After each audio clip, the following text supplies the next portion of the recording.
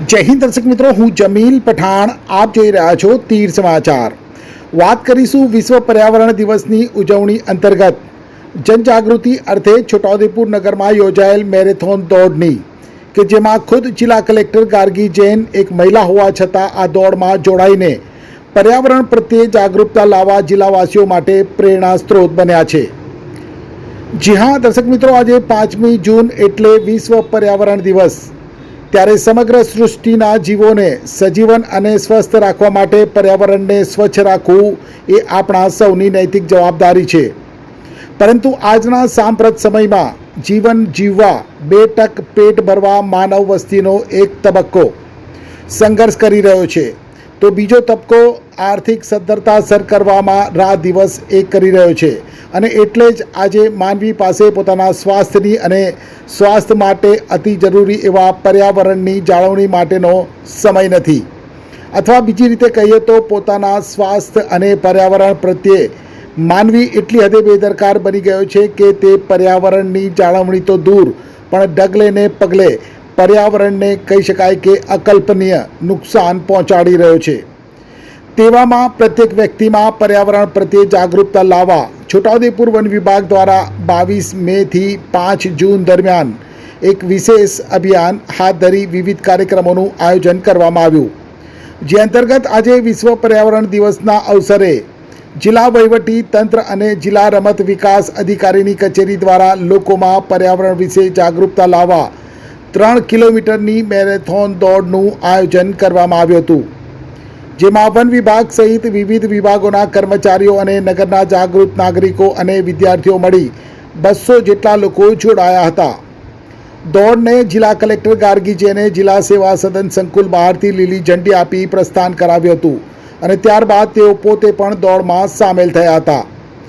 જિલ્લા કલેક્ટરે લીલી ઝંડી આપી દોડને પ્રસ્થાન કરાવ્યા બાદ સૌથી છેલ્લે દોડમાં સામેલ થઈ એવી દોડ લગાવી કે સૌથી આગળ નીકળીને સૌને અચંબિત કરવાની સાથે ઉર્જા પૂરી પાડી હતી।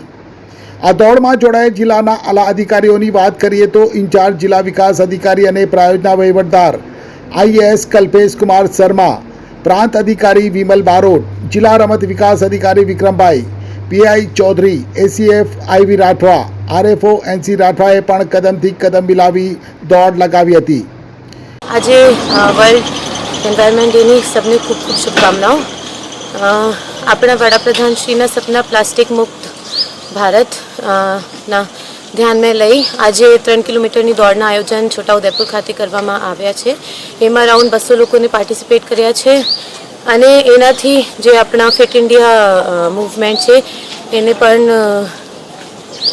સપોર્ટ મળશે। હું બધાને આશા કરું છું કે જે સ્વચ્છ એન્વાયરમેન્ટના આપણા બધાના સપના છે આ સાકાર થશે, અને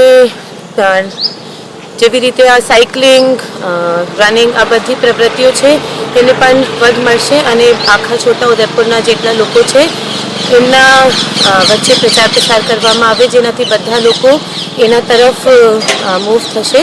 અને વર્લ્ડ એન્વાયરમેન્ટ ડેની ઉજવણી ભાગરૂપે આ એક પોઝિટિવ સ્ટેપ લેવામાં આવ્યું છે, અને અમે લોકો કોશિશ કરી રહ્યા છીએ કે જેવી રીતે ફિટ ઇન્ડિયા મૂવમેન્ટ એક કેમ્પેન છે એવી રીતે ફિટ છોટાઉદેપુર કેમ્પેન અહીંયાથી શરૂ થશે। જીવ સૃષ્ટિ બચાવવા, પર્યાવરણનું સંરક્ષણ અને સંવર્ધન કરવું અતિ મહત્વનું છે, અને તેના માટે જનમાં જાગૃતિ લાવવાના પ્રયાસ સ્વરૂપે સરકાર અને તંત્ર દ્વારા જે કાર્યક્રમોનું આયોજન કરવામાં આવે છે તે ખૂબ જ સારી અને સરાહનીય બાબત છે। પરંતુ પર્યાવરણને થતા નુકસાનને અટકાવવા માટે ખુદ તંત્ર અને સરકાર પણ જાગૃત બને, કારણ કે છેલ્લા કેટલાય વર્ષોથી છોટાઉદેપુર જિલ્લામાં જે રીતે સરકારી તિજોરી માટે રોયલ્ટીની આવક મેળવવાની આડમાં તો ક્યાંક આંખ આડા કાન કરીને કાયદેસર અને ગેરકાયદેસર રીતે કુદરતી સંપદા સમાન મુખ્ય અને ગૌણ ખનિજોનું ખનન થઈ રહ્યું છે।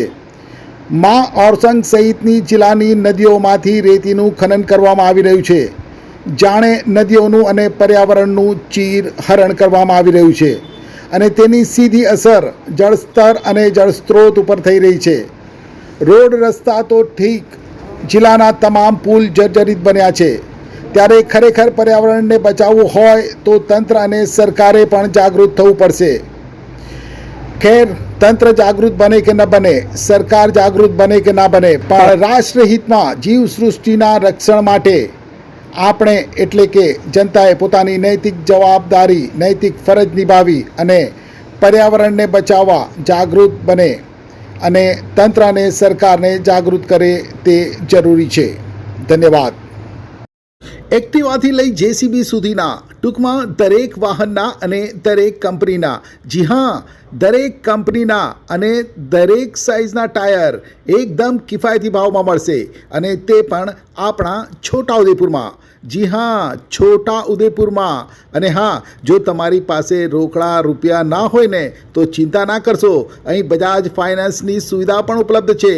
સરનામું છે apex traders, silver spoon hotel સામે, triangle complex, highway road, Chhota Udepur. Mobile number છે 7359953545. છોટાઉદેપુર સહિત રાજ્ય, દેશ અને દુનિયાના સમાચાર જોવા માટે સબસ્ક્રાઇબ કરો તીર સમાચાર અને બેલ આઇકોન જરૂર દબાવો.